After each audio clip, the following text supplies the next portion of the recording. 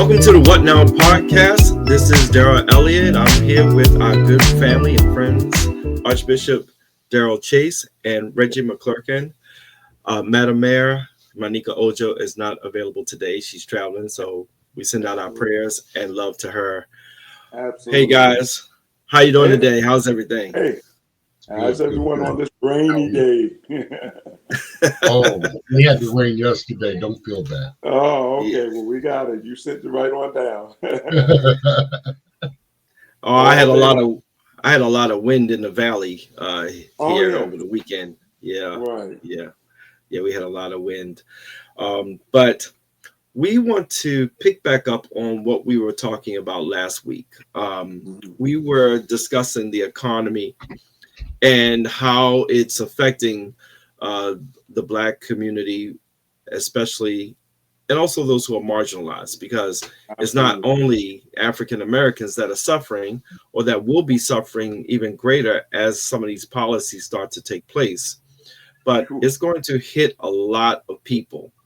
I wanted to bring up one thing that's being discussed, and people are saying that they believe that this recession that may be coming is intentional, and the sentiment is that this is the rich people trying to buy stuff on the cheap. So we can have this discussion concerning recessions. Most recessions are man-induced anyway because of policy, because of certain market conditions. But we're concerned that we're going to crash into a recession. That's the thing. Not a slow descent, but basically a 100 to 0. Right. That's the concern about a recession coming with no adjustment period. So we want to.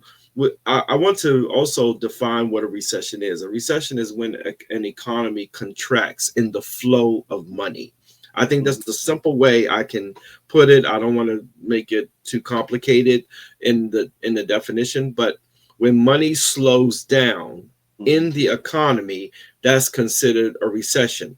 People spend less because people spend less. So supply and demand, the rules of supply and demand start to kick in. So if there's too much supply, not enough demand, prices will deflate. We will experience what's called deflation.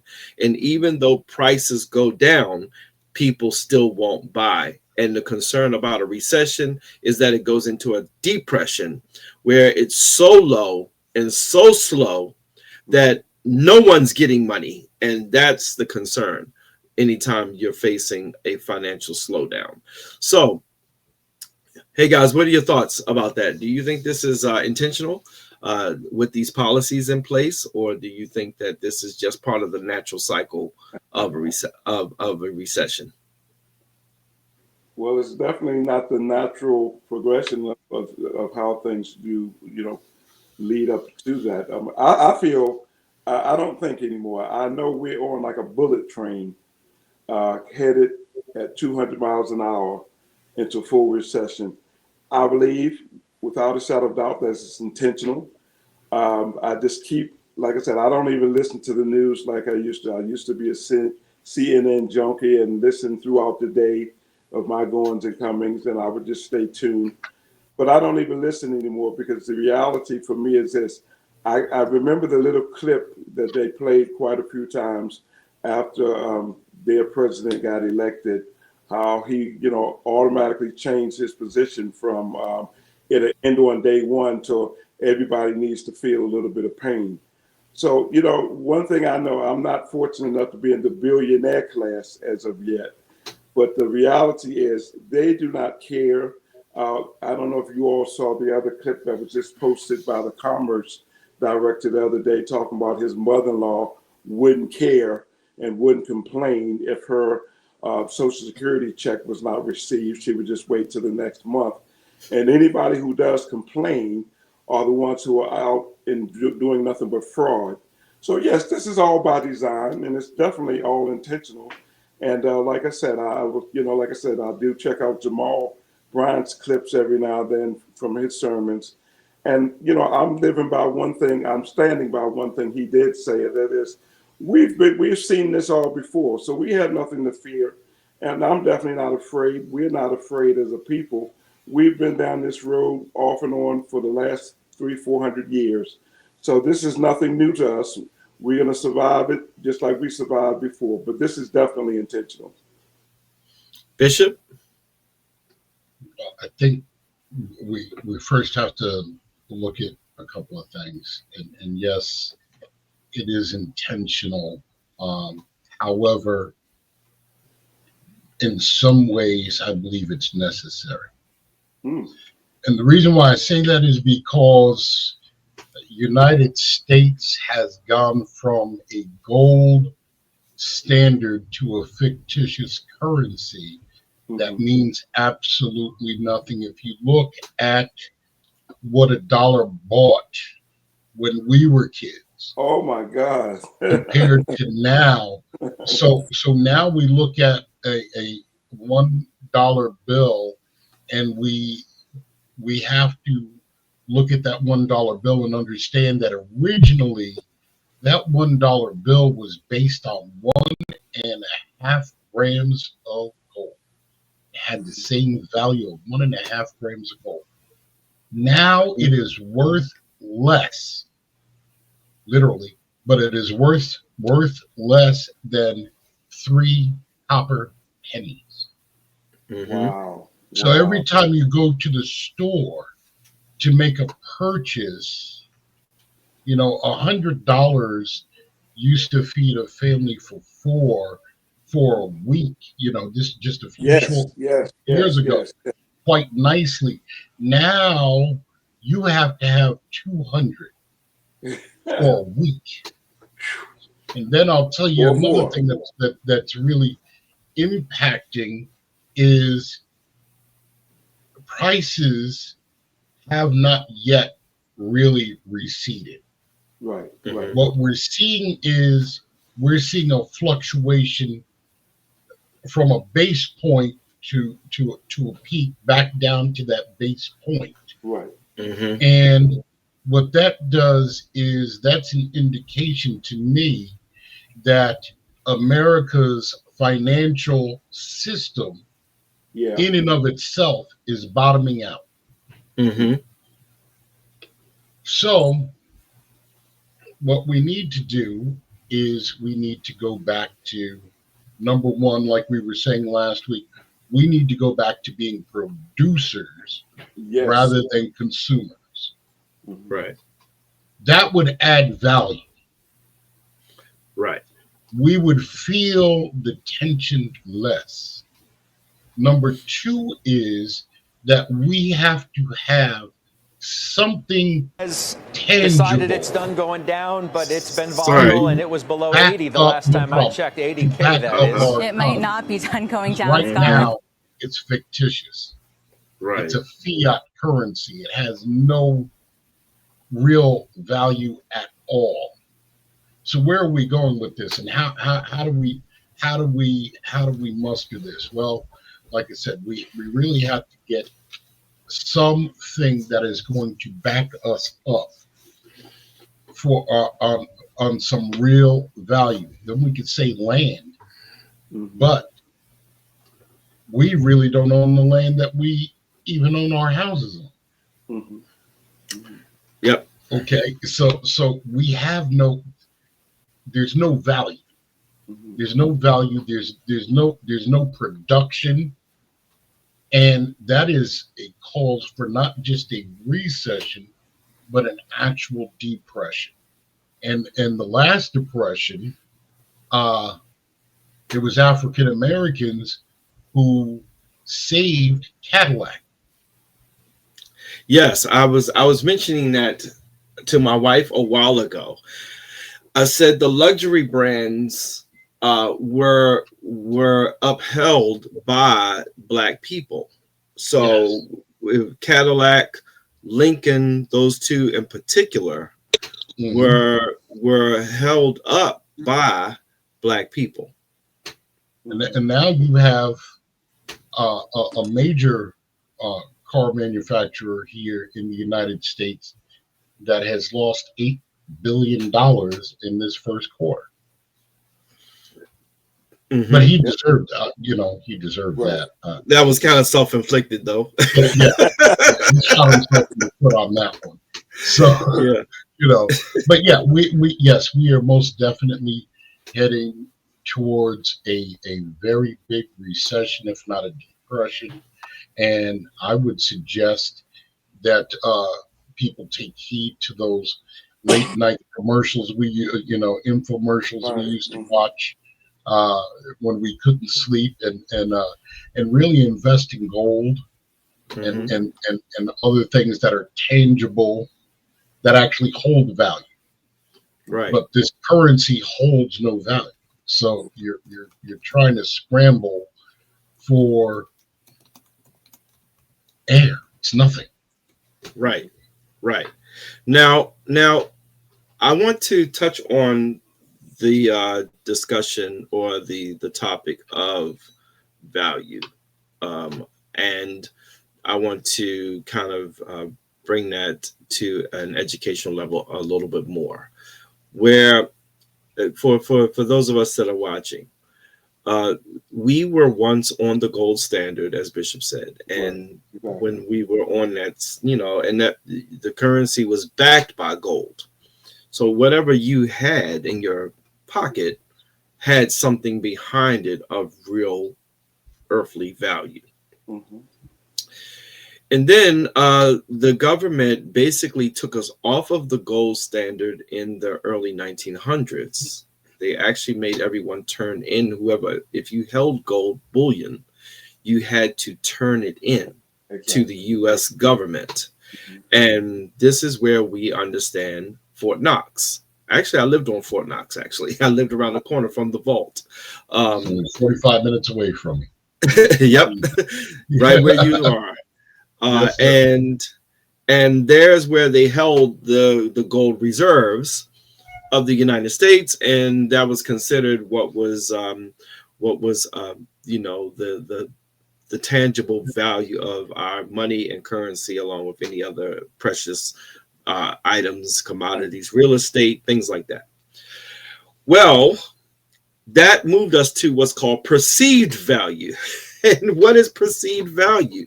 Perceived value is whatever the market decides. So we all kind of have this mind meld in the air where we all say what $1 is now worth, and it is now counted against other currencies around the world, and we then derive a value by which then other countries can invest in our treasuries. Right. People need to know that too, that other countries are investors in the United States. And there's a big concern, which we're not discussing, is that there's a concern that because of the friction of this current administration with the world, that our investors can pull out, because the investors can greatly affect our economy if they dump their stake in the United States. That's something people aren't talking about. Mm-hmm. So we must know that it's not just what's going on here on our side of the water, but this also speaks to anyone else outside of the United States that's invested, other countries that are invested, buying up our treasuries, buying up all of this stuff. If they pull out all at once, and we talked about runs on the bank, we could have runs on the investment in the United States, and that could all by itself harshly deflate our economy. Well, that's where we're headed, seemingly, because, like I said, we're in a place now, in a position that not only are we not in control as the leading country in the world, but America, because obviously greed, we've sold out. New York is 85% owned by foreign interests now. I'm talking about all our major commercial, entities and things like that, and not just, New York, but you can go through Florida.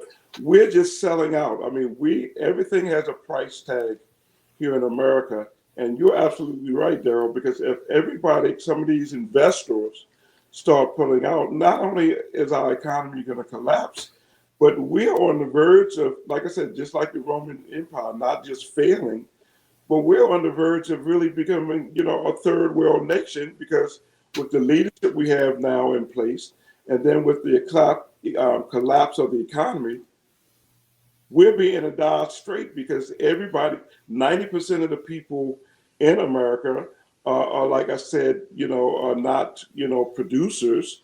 We're buyers, and we don't own half the things we have and all that type of thing.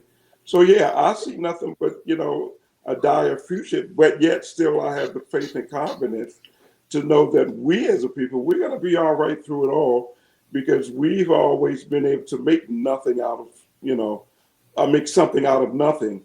And so I don't know what it is. I've just, in the last few weeks, I've just had a sense of peace and calmness come over me because of, talking to some of my elders and some of the, much older people.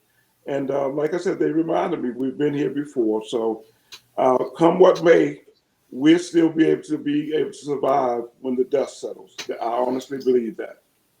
Yeah, I believe that. I believe that in the long run of it all, we're going to be okay. Yes. Just because we know how to do this. We know. That Road to Ride got the T-shirt. Right, and not only that, but remember, it's like I heard Gardner Taylor years ago preached the sermon about it does make a difference when you know how to read the owner's manual. And so, yes. Like I said, that stuck with me. I think I was just about 15 years old when I heard him do that sermon. And like I said, having the owner's manual and knowing what's in it, that gives us that blessed assurance of knowing we're going to be okay, because contrary to, like I said, and I'm just throwing it all in the pot, contrary to our white evangelicals who will stand on the false beliefs of, all of this is God ordained and God sent and God made and God chosen, for such a time as this. At the end of the day, God is still going to be God, and we're going to be okay, because I never forget that I come from a lineage of kings and queens, and we have always had that kingdom excellence. And so, like I said, I'm just so vividly reminded, like I said, how we were able to, I had a grandmother who could, like I said, take nothing in the cupboard and make a gourmet meal out of it, so to speak. And right. So we had, that's the only thing I do miss, alluded to what Archbishop just recently said a few moments ago. The only thing I'm sad about is the fact that my generation and my dad's generation, when my grandparents, they've both been gone for more than like 30 years, over 30, 35 years on both sides of the family. But on my dad's side of the family, they had over 300 some acres of land down in Union County, South Carolina. And because of the ignorance of some of my dad's siblings who just wanted the dollar, they sold that, and now we just have roughly about 40 to 50 acres left of that, that's spread along, just with 3 surviving siblings, and that has been passed down to us now. But like I said, we don't even own, I'm still amazed when I hear people talk about they purchase homes in places where they still have to pay ground rent because they own the house, but they don't own the land. Yes. And that's just, it blows my mind that could even be a reality. But those are the systems that have been put in place and that were designed to keep us in control and, not being able to have the full access to ownership. And but through it all, we're gonna be okay. We're gonna be okay, because I don't want to, like I said, I'm just at peace with it now. I'm not getting extra gray hairs. Right. But we're gonna be okay. I'll give you some of mine. Right. You just don't see mine because I got a little, I dealt with it. I think that what we have to kind of get everyone on the same track on is what level of preparation is required to do well, because this is something that I must tell everyone. You can thrive in a recession, and this is what the concern is about what the billionaires are thinking. They would rather have a recession because everything is cheaper. Yes. So if we understand the psychology of a shark, all right, then you can do well. So I would not want people to think of the word recession as totally negative, because in the words of Bishop, and Bishop, you said it, things were cheaper. They cost less back in the day. Well, a recession is a reset of an economy also. Now, if you understand the ebb and flow of economics, is we will have a recession, and then things are going to go even higher later. Absolutely. So we have to know that we should be preparing for a recession, get ourselves in position for a recession, position your business, position your portfolio, your finances. Yes. Develop a watch. If you are an investor, develop a watch list of companies that you would invest in, that that may come down, but they may double. Have a strategy depending on what lane of life you're in. What I would do may be different than what someone else does because of what I actually do for a living. So, but everybody should have a recession strategy so that you can be prepared to benefit instead of being a victim. I think if we go on offense, economic offense is a way to think of it.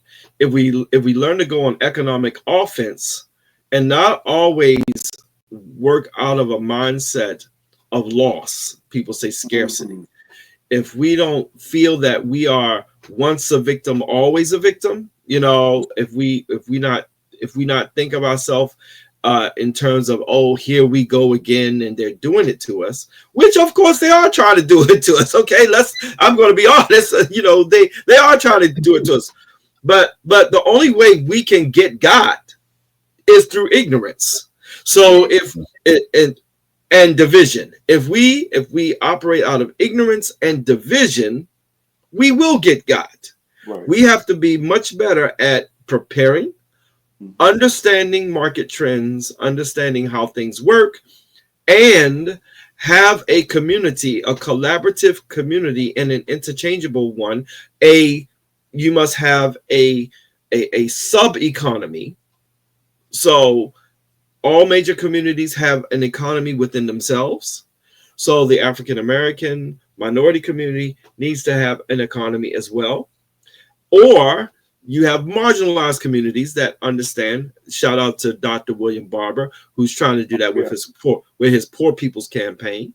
So when you have people that can come together with a common interest and a common understanding, everything's going to be fine. You can find your way to prosperity, even though the economy is contracting. I absolutely agree with that. One of the things you hit on something. You said we have to have cooperative, and I agree with you wholeheartedly. When we put our monies together to establish community, we become stronger. Yes. Now, in the African American community, the statistic is that the dollar doesn't even circulate in our own community once. Yes. Now, in the Ashkenazi Jewish community, it circulates at least 12 times. In the generalized Eurocentric community, it circulates at least 7 times. So in order for us to establish this collaborative, you said you have to develop the psychology of a shark. Well, I agree with you, but we also have to realize that when sharks go on a feeding fest, they're hunting in a group. There are several of them. Yes. All after the same target. Yes. They might just get a little piece to tide them over. Yep. But they're all involved. We don't do that. We're individual feeders. And you notice that they don't fight. They don't engage in fighting each other while in the feeding frenzy. Exactly. No, because they're not the target. That's good. You see, so we wow. You hit the nail on the head with that, because we're still trying to get over the Willie Lynch mentality. Yes. Yes. That's number one. Number two is, since the 1960s, late 60s, early 70s, the sense of community within the African American arena has diminished because we have been taught to disdain and distrust each other, so much so, and we're still doing that thing. The white man's ice is cooler. Yes. His melon is sweeter, and this, that, and the other thing. And the fact of the matter is, he bought it off of us to begin. You see, so we've got to change. And I have to say this last thing. The mentality of Black ministers has to change. Yes. In order for us to lead our people properly. Yes. We need to put in place within the Black church construct economic literacy. Right. Thank you. We were never taught how money works. The school system doesn't teach how money works. And if you're ignorant about how money works, your economy will always fluctuate, and you will never own your own economy. Right. So that's why, that's why you're here, because that's what you do. We've got to teach Black ministers how money works, not just for their own benefit, but for the benefit of the communities that they serve. Bishop, but see, you not only hit the nail on the head, you punched it all the way down. See, that's my biggest issue right now. And doing what I do with the recording and stuff like that, being in ministry full time, that's the biggest fight that I have right now, because I'm speaking out against all this foolishness of, like I said, instead of pimping our people, we have to start trying to really educate our people to be able to share. I'm so sick of this prosperity foolishness and all of that kind of stuff. And right before we came on, I had somebody about an hour or so, no more than an hour and a half ago, somebody reached, they always call and say, well, Reggie, what you feel about this? And I told them I don't have time to go off like I really want to, because I was preparing myself to come on the podcast. But using just as an illustration, recently, there was a conference, and one of our bishops, who's also a recording artist and things like that, told them to lock the doors, lock the people in, and they couldn't leave until they raised so much money and things like that. You know what that's actually called, Brother Reggie? That's called robbery. Oh yeah. But see, I was gonna call it a hostage situation. Oh yeah. And this is what I told them. See, I've had the benefit. I'm not going to say because it's not beneficial to me at all. I've had the unfortunate pleasure to be able to be behind the scenes with these so-called different ministries. And I let them know this. I said, you know what? I always catch it because I speak out against this foolishness with these pimping preachers, what I call them. But I told them, I said, I dare any pastor to put me in that predicament, because the first thing I'm going to do is call 911 and say I'm being held hostage and I've been kidnapped. You lock the door and keep me in the church, and let's get on CNN News and the evening news all over the country. Because like I said, I'm going to sue everybody. So whatever offering they raise will be me. Because at the end of the day, we're not teaching our people how to be self-sufficient any longer. Again, I just love, like I said, I've always hung out with the older people, and I've learned and gained so much wisdom from having relationships with people who were much older than me. And I'm so sad because all of those people are dying away now. And it's just about 2 or 3 I have left. I just lost, like I said, one of my closest, dearest elders back here in January, and was really down last Monday because her birthday would have been last week when we were on the podcast on the 17th. But this is where my issue, this is where I draw the line, because instead of Bishop, what you were saying, instead of the black press is teaching our people, and people can say what they want. Like I said, I have no vested interest. I don't gain anything. I'm just using that as an illustration, Jamal Brown, because like I said, everybody's aware of Jamal Brown. He has millions, 2-3 million followers.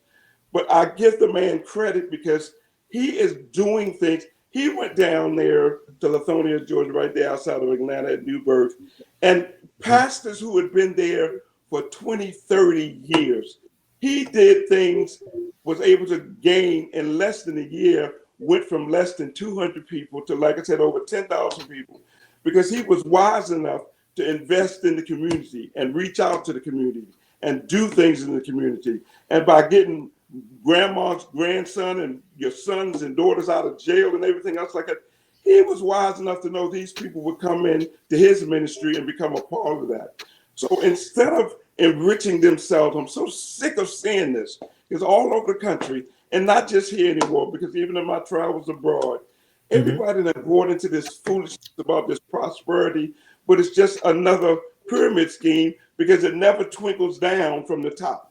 It stays right there with those small enclave of people within the pastor circle, and they're living like kings and queens. And like I said, and then the crazy members are fighting amongst themselves to see who have the privilege to go clean the pastor's house, all that crazy stuff.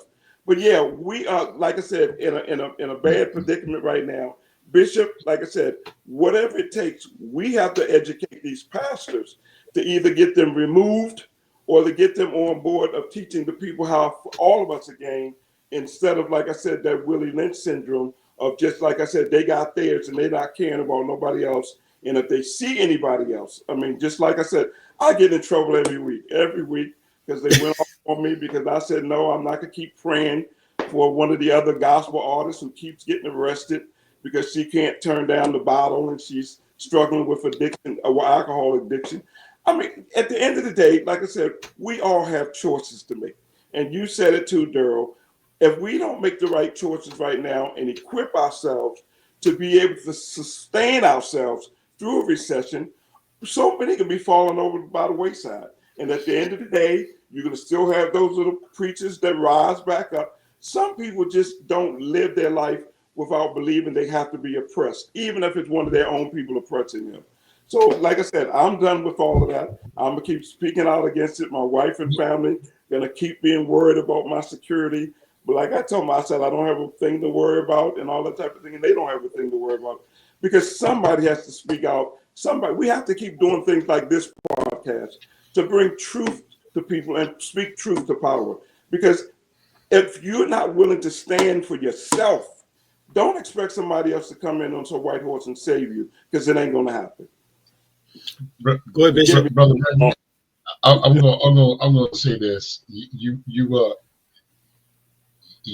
got me on three accounts, and I agree wholeheartedly with you. The problem we're gonna have to see is there's gonna have to be a shifting. Okay? Yes. And there's going to have to be a new breed of preacher coming in to correct the nonsense that has been taught to the people, because we operate in our churches under a church culture that is fabricated, okay, that has nothing to do with the scripture. Ooh. Okay, and so here we are. You got a brother, right down there in the Atlanta area. Everything he does is for the culture. Mm-hmm. Okay, which culture? Right. Okay. Yeah. See, if you're in God's culture, if you're in the culture of the Messiah, of the Christ, then you have to understand that his disciples, his apostles, took a serious lesson from him taking just 5 loaves and 2 fish, and fed 5,000. And then when we look in the book of Acts and we find that the believers went and sold everything they had and laid it at the feet of the apostles, and they distributed to each man as they had need. We're not doing that because it's me, mine. Yes. And the problem is, in our community, is we never really became us. Right. Mm-hmm. We. Mm-hmm. So when the opposite is talking about we the people, they're talking about them. They're not talking about us. They're not talking about us. Not at all. So we keep trying to fit into a construct that we will never grasp until we unite, until we have all things in common, until we can uphold each other in the spirit of love and brotherhood, rather than following the lessons of our oppressors, who are they're cutthroat. They're cutthroat, especially when it comes to us. Thank you. Okay, but they will join together against us. We don't do that. We always march after the fact. I'm tired of marching. Thank you. That's it. You'll be both. Well, we're going to work on marching to the bank. Put our money where our mouth is. Bishop, I got one good march left in me, and that's the one straight to the bank. Hallelujah. so now this is the thought, though, because I started thinking, and Archbishop, you can correct me if I'm wrong, but there was a time coming out of the 80s when the word movement started taking place, and this is a little church conversation here for us in the Black community. The Black church actually started gaining some economic strength. You started getting some strong institutional Black churches. They did. I knew a few that were trying to do some economic empowerment. They were buying houses. They were some of them were putting up senior living, things like that. But what happened, and this may be a little controversial topic, but it may need to be discussed, and I may table it for another show. But what came was the word movement, and the word movement. I remember a lot of traditional Black pastors warning against the word movement because it was pulling Black people out of Black churches, and they started going to churches that were mixed. Now, on its face, there's nothing wrong with going to an integrated church. But what happened is it started to dilute the strength, and it took those who had money out of those churches, and they were investing, and then the money left the community. So, and then it weakened the stronger black churches, and it kind of stopped them in their tracks from a decade's worth of erosion. Am I correct by saying that, Archbishop? Yes. Yes, and right before the 80s, in the 70s. 70s, you had Nixon. 80s came, you had Reagan. They were two of the same. Nixon had the war on crime. Right. And what happened was they demonized the black man. Wow. They took fathers out of households and put them into prison. During that time, they also constructed the school to prison pipeline. Yes. Okay. By the time the 80s came and Reagan was in office, there was a crack cocaine epidemic. Right. Okay. And this was planted in the black community. Right. Exactly. Intentionally. Okay. And now it was not only against the black man, but against the black family completely. Okay. So here comes the word churches, and they started doing things because by time Bush got in, he created something called the faith-based initiative. Yes, the faith-based initiative.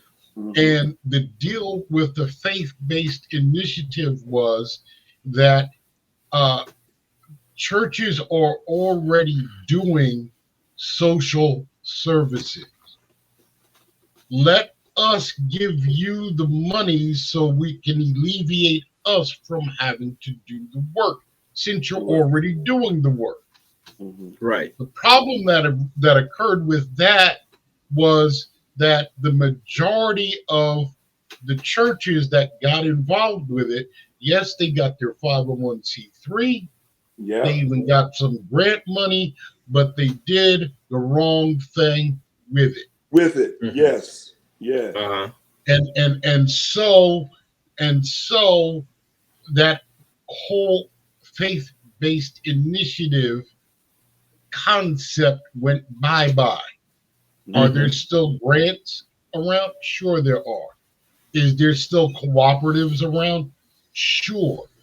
But you're right, because black people left the confines of the black church to go into that was also the start of the mega church. Of the mega church, right. And the mega church, in its initial concept, had things that it was doing not only locally, but globally.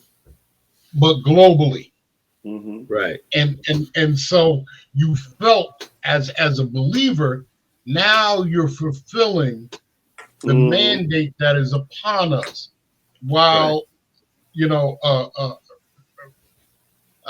Reverend whoever down the street is just trying to feed the community. Exactly. Right. Okay. And to make sure that we all have.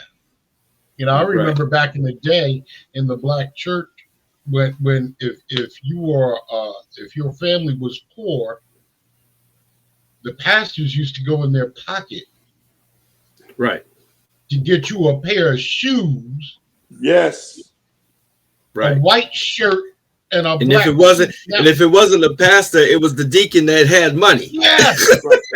because a lot of times the deacon that had money would roll with the pastor because he was the supplemental ministry when people had need. A lot of times you had a wingman that could go in his pocket and do something. Then that developed into Deacon Lowdown. Right. Exactly. Some things. Oh my goodness, y'all know what I'm talking about. Even with the of the mega church, because like I said, I'm still old enough to remember Reverend Ike. Reverend Ike. And like I said, I know, and Darryl, I know you know as well, there were a few pastors, and I'm talking about way back in the 60s and the 70s, who start buying into that thing that Reverend Ike was talking about. And I'm not going to name names in that regard, but I know one church that was attempting to be the first mega church, that they broke ground and took them over something like 17, 18 years to get that church up and running. Because of the fact of what Bishop was just saying, they bought into this stuff of the word church and all they were doing with the assistance from the government. But when they got those grants and got that money, instead of them implementing plans to utilize that money for what it was designed to, right off the top, they skimmed enough so that they can move their homes and families from the cities out to the counties. And those, big houses back then. There you go. So yes. Because back then they were happy just to get a home that was, like I said, worth $150,000. Well, see, the unintended consequence of the word church. And and with that mindset, the black pastors changed from becoming and being servants to wanting to be served. And then it was no longer about the community. Because like I said, all the pastors that I personally know of growing up who you would see them in the communities. They visited the sick. They would go to the jails to see your children. They would get them out of jail. They would do all of those things. But now these people surrounded themselves with other little armor bearers and all this kind of stuff. The pastors no longer go visit the sick. They got somebody to do that. They don't longer go serve communion. They got other associate assistant ministers. So all they do now is get paid and sit back and create their own monuments to themselves in their own kingdom here on earth. Because it was great to get the government assistance. But I mean, I can only, like I said, I know hundreds of churches, and I would dare say at least 70 to 80% of them took that money and didn't do what it was supposed to be done with the money. And they enriched themselves first and then tried to teach us to be able to, like I said, you got to support the man and woman of God. You got to, yield to the man. And yet they forgot that the moment we all accept Jesus Christ as our personal Lord and Savior, we're all men and women of God. So I'm not putting nobody on no pedestals. And that's why, like I said, I don't call, I'm like my boy down in Atlanta from the bridge, John Lewis. John Lewis. I love a good fight. So I'm going to keep stirring up this stuff until people get it. You got to stop serving the man and start serving God again. And like I said, remember back in the mid 90s, wasn't that the mid 90s where everybody was wearing the little bracelets? What would Jesus do? What would Jesus do? And all that kind of stuff leading into 2000. Because I remember that so vividly, because everybody was saying at the stroke of midnight in 2000, everything was supposed to collapse and the computers and everything. But at the end of the day, right, Y2K. But at the end of the day, like I said, we have lost our way. And Bishop is to take people like you, me, and the mayor and Darryl and other people like-minded to try to teach and get these people away from this foolish doctrine of putting these people up on these pedestals, because the mega churches have changed the word mega to now to just become another cult. Because I know some people, I've gotten into little battles with them. You say something about their bishop, they're ready to fight. They have broken their. I know people who have broken their relationship. Their marriages have ended because the wife or the husband was so entrenched in supporting and lifting up this man that they forsake their own families just to be a part of that cult. Now let me. Oh, go ahead, Bishop. One of the reasons, the biggest reasons behind that that mentality is because we took something that was germane to the Afrocentric church, right? That was stolen by the Euro. Well, it was shared with the Eurocentric church, and we've been taught to disdain it. It's called priesthood. Right. We exchanged priesthood for preacherhood. Ow, sad. Okay. Preachers are a dime a dozen. Yes. Right. Almost on a daily basis, I get young men, young women come to me and say, Bishop, Archbishop, whatever, Dr. Chase, whatever. I'm called to preach. And so I have to ask the question, what do you need me for then? Exactly. Okay. Well, I'm called to preach. I can preach. Okay. Whoa. But I ask a question. You can preach, but are you called to serve? Thank you. And that's the key. They said, what do you mean? Because our vision has become askew because evangelism was outside the four walls of the church, not from the pulpit. Thank you. Right. And so you get these preacher machines that are 9 times out of 10, they're preaching false doctrine. 9 times out of 10, exactly. Okay. And they have people coming in, so they're not worried about the community.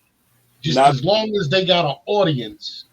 Thank you. That they can preach to. And see, let me jump in on that right there, Bishop. No, let me jump in on that because the thing is that this speaks to the economics of things. Because when we fail to understand what is the role, you're always going to miss the target.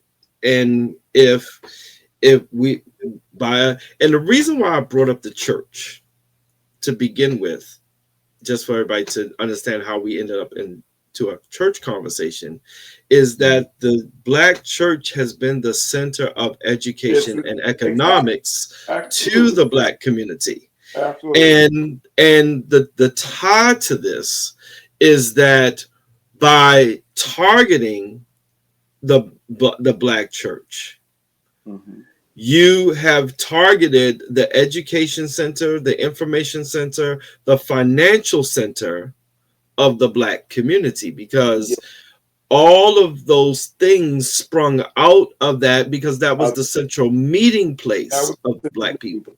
Yes. And that's where we could galvanize the community and then therefore are able to move together. Once you break up that central core, that is like breaking up the nucleus of a cell. There's no life going out. So now you have, as the Bible talks about, scattered sheep. You have people all over the place, and there's no way to gain consensus as to what we are going to do. So then the economics is weakened, because economics is an interdependent engine. Economics is not the reason. Whenever we use the term economy, that means interdependent. It means that things rely on something else to survive or to move forward. So if we don't have an ecosystem, and if we don't have that, and we talked about ecosystems last week from a manufacturing distribution perspective, but from the community perspective, the church was the thing where the ecosystem thrived off of.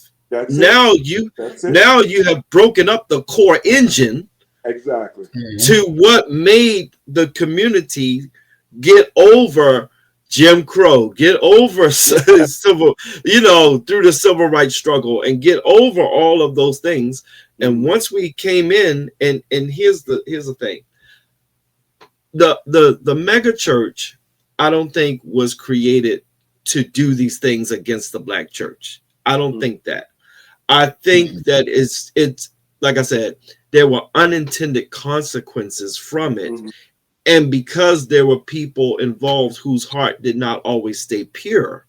Yes. Okay. Then we end up with the problems we have now. So now you have this massive split now that's taking place.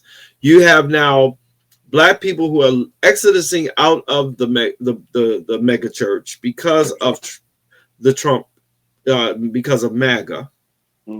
And the problem is, those people are disconnected now from the other side of the black community that did not exodus out with them. So now you have a fracture in the black community. So now you have those who, the term uppity black folk now are in their lane, and then you have the real ones sitting in their lane. And now we have this problem of being able to and we can fix it, but we have this situation where we have a broken ecosystem that now is, I think we're getting to the point of recognizing that as a people, but it's going to take time to restitch it together. It's going to take time to heal that because of the disconnect that has taken place over the sum of about 30, 40 years. Right. One of the terms that you hear being misused in today's political arena is the term woke. Right. Which is misused. Right. The term definitely misused. Began in the black church. It began in the black concept to understand that the powers that be were against them, and that trickery was going on. That's what woke. And so now, because we're woke, we're not going to allow you. I don't give, excuse my French when I say this, a flying flip. Right. How many anti-woke campaigns you say you're going to have in the day of what? No, we stay vigilant. Yes. Because the reality is, those of us who are truly woke, being truly woke has nothing to do with the LGBTQ agenda and all this other kind of stuff. It has to do with the trickery of white America. Come on, Bishop, say it. Against black America.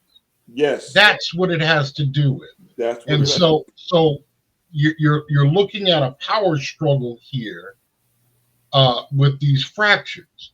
The power struggle really isn't a struggle.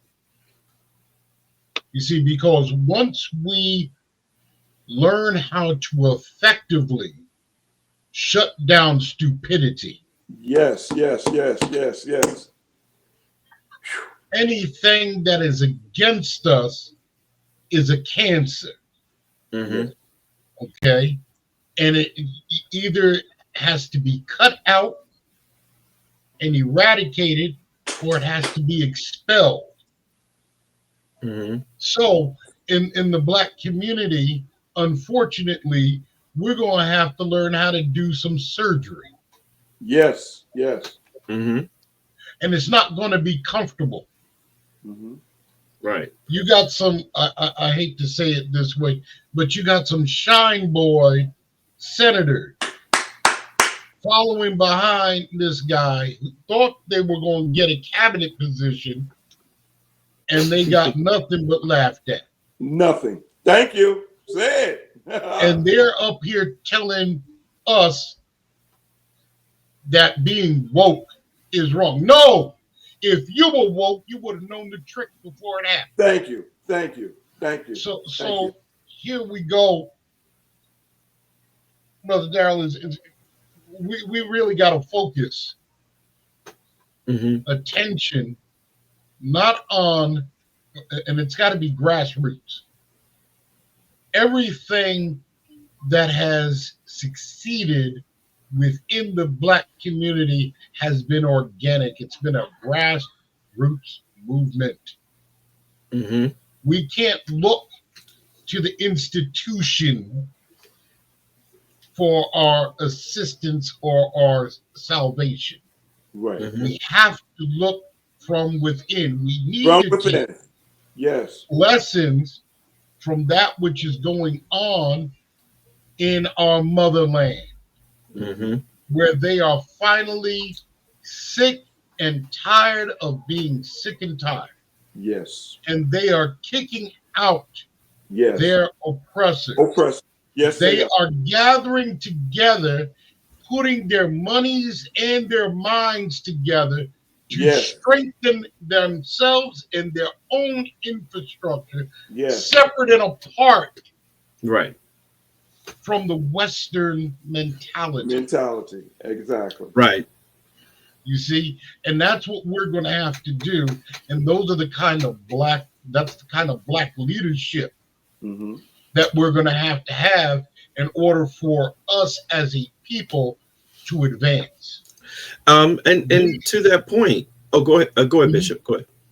Well, last but not least, is we have had enough of the gatekeepers.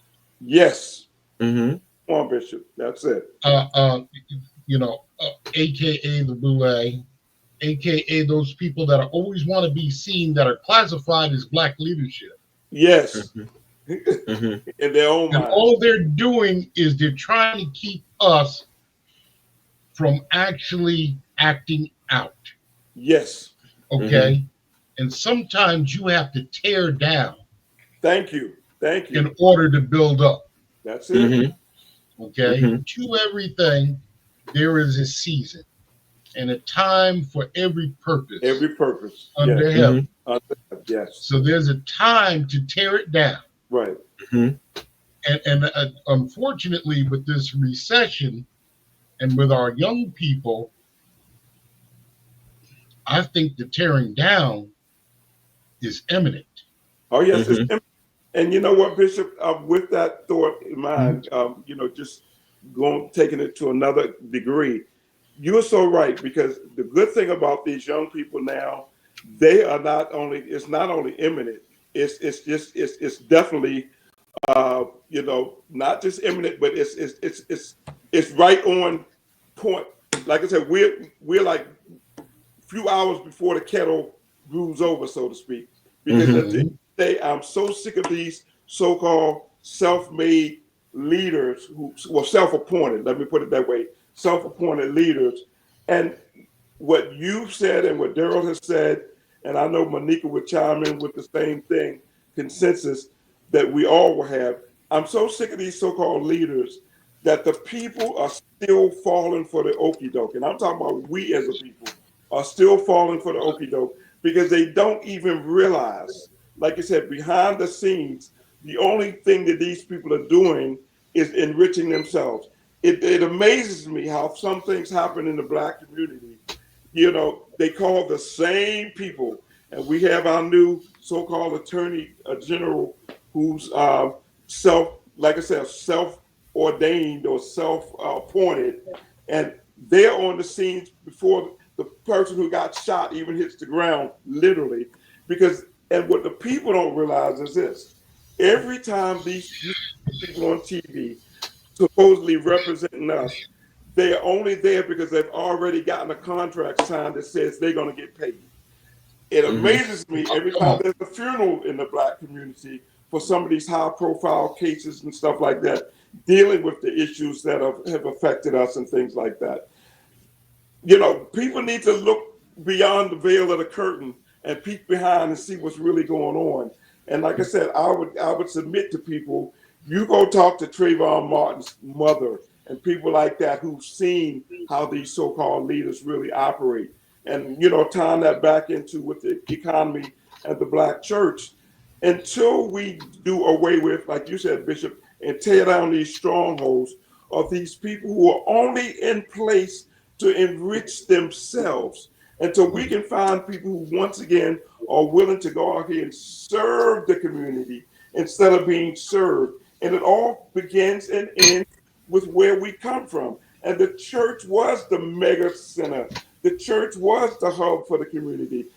Even, just as an example, tomorrow night, last Tuesday, we had a shooting right up the street, a block and a half from our church, right at the rear of our church. And a young man one kid was shot, and the older guy, he was, I think, 31, 32. He was killed right at the bus stop at 6:45 in the morning while the kids were on their way to school. So tomorrow night, our alderman down in Annapolis, the alderman down there, because I don't even live in Anne Arundel County, but she immediately called the church and asked, could we have a community meeting? And I'm grateful that the pastor absolutely said yes. They contacted me to see if I could be there to support it and stuff like that. And we said yes, because it's going to take us opening the churches again to the community to respond to the needs of the community. And here we are, not even 2 blocks from the state capitol, where the governor lives and where the seat of the state government for Maryland. And yet we had somebody bold enough to shoot somebody at the bus stop. And so, until we get back to getting away with, let's tear down all the strongholds. I don't care who gets caught up in the mix, because at the end of the day, I don't need you saying you are our leaders when all you're doing is flying around the country and stuff like that, skinning and grinning all the time while you're putting the money in your own pocket and not doing anything to empower our people, to enlighten our people, and to enrich our people, and to get our people to a place of self-sustainability. So that's there's something that there's something that I've noticed in all my time doing business with different cultures, that Black people, and I also see this with Indians, Middle Eastern. Oh yeah. Is sometimes we have to do different math than white people. Mm-hmm. The way we execute economics is different because the financial circumstances are different. Because of the pockets of lack, the pockets of poverty in some cases, you cannot. And I had to evaluate this as a business leader, that if we are going to be effective with all people, we have to understand that not all people share the same economic principles. Exactly. Because they're not capable of executing the same economic principles. So the rules of borrowing money and paying it back are different because of people's economic situations. So, if you're in a minority community, you may find yourself giving a little more because people's level of need and lower levels of income. The church facilitated that grace, as we like to call it. It facilitated that grace that allowed a structure that people could help one another without feeling slighted because they did not get paid back like they should. They did not this like they should, because we cannot operate a standard banking system when you're dealing with so many people who don't have. So there has to be a level of being able to lift people up. And this is what's going to happen. I just said at the beginning of the podcast that we're going to have to make preparation for a recession. Now, the odds tell me maybe 20% of our listeners are going to actually do something. That 20% is going to be in position to may have to help the 80% that didn't for whatever reason. Right. But if the 80-20 rule bears out the way it's supposed to bear out, the 20 is still able to help the 80 and still have enough to not just live off of, but to do well. If we understand economics in that sense, and just a congruent fact of that is they say that the 1% in the United States have enough wealth to eradicate poverty. Oh yes. So if and it's based on their taxes. If they just paid their taxes, it could eradicate wealth. We're not talking about taking any extra money. We're not talking about taking what they've earned, and God bless you if you reach that level and amass that amount of wealth. No, I as a capitalist, I'm not hating on you. What I'm saying though is if we pay like we're all supposed to pay, your fair taxes. That's it. Everybody's going to be all right. That's just a simple principle. And when Warren Buffett was number 2 on the richest in the world, and when he complained that he pays less taxes than his secretary, yes, and if he could, in his position, recognize that and own up to it and say we can do better, why can't we do better? If the second richest man in the world could say that, why couldn't we at least see it through those lenses? You know, where we could understand that there's the earth does not lack money.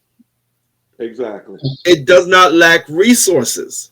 I live here in Pennsylvania, and I drive through vast farmland. Yes. I'm saying, why can't we put a tiny house over there? Why can't we put a bunch of tiny houses? You know, we're complaining about encampments in cities. What keeps us from having a base level of compassion to people that we could not at least give them a functioning roof over their head? Exactly. And maybe a minivan to get them to the grocery store. I mean, you know, call me crazy, call me a dreamer, but I'm just saying that do we have at least a base level of care in our society that we're able to facilitate the economics necessary to make sure everyone is okay? I'm gonna take a quick break right here. We do need to hear a quick word from Payments Factory. We'll be right back. Okay. Introducing our small business Make More Save More package from Payments Factory. Increase your business revenue by offering your customers more options of when and how to pay. Surveys show that 35% of small business customers are interested in paying by text to their phone.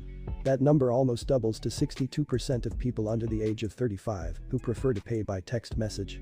Our Make More Save More package allows you to send payment requests to your customers via text message and email, all while eliminating complex credit card processing fees with this simplified program. In addition, you have access to next-day funding, real-time reporting of all transactions and payments, and 24/7 access to your online merchant portal and statements. Our free terminal program is available to merchants that meet certain qualifications and would like to take in-person payments via chip cards and contactless payments, such as Google Pay and Apple Pay. Act now to also receive a $25 dining certificate redeemable for 6 months worth of digital savings coupons at your favorite chain restaurants, or $25 certificate to visit and support a local favorite restaurant. Speak to a representative today to see how Payments Factory can help you increase your bottom line. Schedule an appointment to learn more about this program and how we can help your small business to make more and save more today. Payments Factory is a subsidiary of Diadem Technologies, and if you are a merchant in need of payment processing and better fees, better technology, you can contact one of our representatives at paymentsfactory.co. Yeah, guys. So I think that's the big deal. The big deal is that we are facing a a crisis of, I feel, as we're talking about the preachers, the churches, the institutions, and I do want to leave us with some hope. Okay, so I want to make sure we're getting off here with hope. I want to make sure we get off here with some hope, but we had to address the truth. We had to bring that out. But there is hope. But we are experiencing a crisis of compassion in society in general, and we must get over our narcissistic ways. But I am seeing that the younger generation is having been born as children of recession, children of economic turmoil, children of political corrupt society, that they are determined to try and forge a different future. So I think as leaders, grand and small, we should be teachers and supporters, and we should allow their energy, their strength to shine through, because they don't have the patience to see things change right now. They've had to live through this since birth, and they know that there can be better and we can do better. What you guys say? What you guys say to that? We're going to get ready to close from there. I think, one of the main things that we have to look at is, you're absolutely right. We need compassion. I think that compassion, mutual care has been ripped and replaced by the mentality of self. Yes. For so long, and here's one of the big realities in life. Self doesn't exist alone. Never has and never will. It took something else to bring you through here, into here. So it's not just self. So what do we do to foster compassion? Homelessness is rampant, especially in inner city neighborhoods. Okay. Yes. And like you said, why can't we build tiny homes? But this is where the Black church and its economics can make an impact. If we determine not to think of self, but to think of the whole. I'm a Star Trek. I'm a Trekkie. Yeah. So, right, Trekkie. the needs of the many. Me too. Outweigh the needs of the one or the few. Yes. And that's where we have to be. So I agree 100%. And my biggest hope, since we do want to leave, this on a positive, upbeat mindset, with an upbeat mindset, I just believe, and it's my hope, that we, in our small way of being who we are, doing what we're doing, such as on this podcast, we can start tearing down, like I said, those strongholds that are keeping our people oppressed and following the wrong leaders. I'm so sick of, like I said, people following the wrong leaders, not recognizing what you said earlier, Darryl, that they have not just the shark mentality, but these leaders, so-called self-appointed leaders, they also have the snake mentality too, because they are willing to bite their own, they're willing to inflict pain on their own. Just like we had the separation of the house Negroes to the field Negroes way back in slavery days. And until we do away with this mindset of allowing people to abuse us and not being willing to stand up and call it what it is, we're going to continue on this downward spiral. But my hope is that the younger generation, what I'm seeing, they're not going to go for it.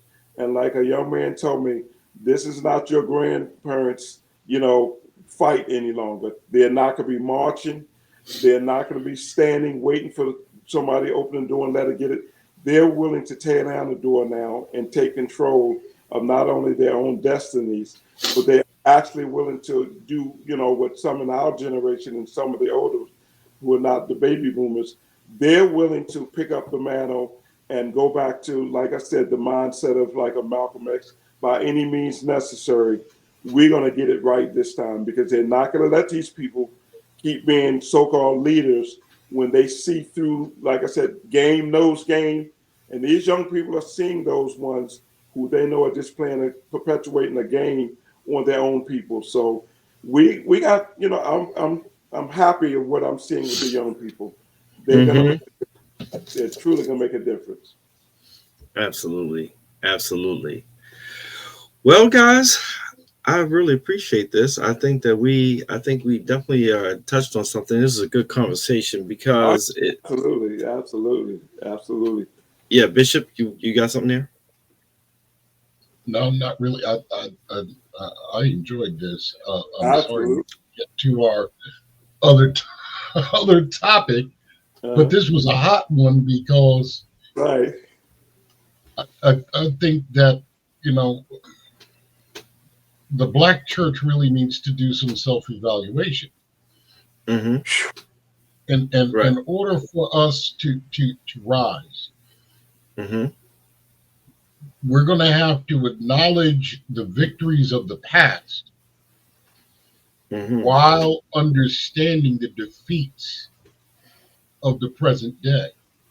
Mm-hmm. And the defeats that we have are self-inflicted. Mm-hmm. Yes. And so how does this play into economics? It plays into economics in more ways than we can think, because you're talking about the life and livelihood of people. Mm-hmm. Mm-hmm. Without livelihood, there is no economy. Mm-hmm. There has to be some income in order for there to be outgo. Yep. Period.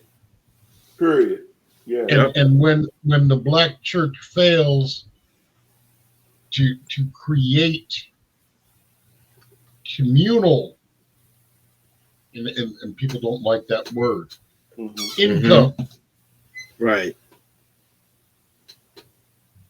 then what is the church there for? Yes. Right. Yes. But I'm going to tell you what I do know. Mm-hmm. We knew before that we had to take care of our own.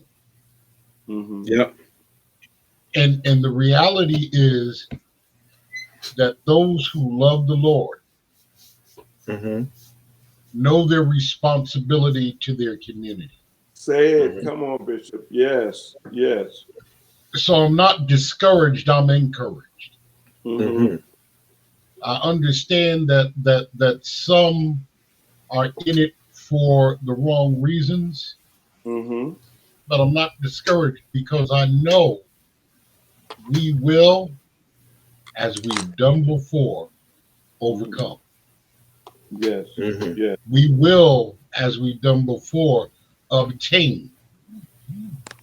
And just as we've done before, we will achieve. In spite of our obstacles. So I'm encouraged. Yes. Well, I'm really thankful for this session. We missed our resident mayor. She's traveling back home, and we got a chance to speak to her as she was boarding the plane.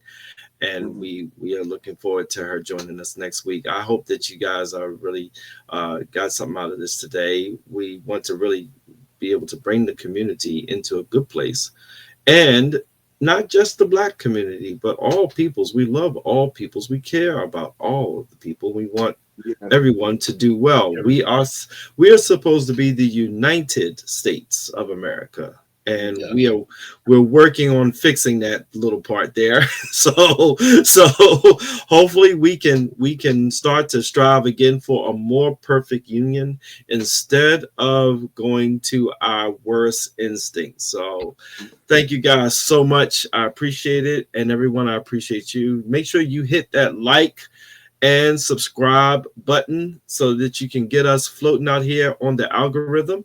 And we look forward to seeing you guys the next time. And you can also catch us on Believe Broadcasting Network, where this and other podcasts can be found. That is at BelieveBroadcasting.com. That's BelieveBroadcasting.com is there on the bottom of the screen. And make sure that you get on and subscribe. Also, we didn't run it today, but you make sure you check us out on firecart.shop.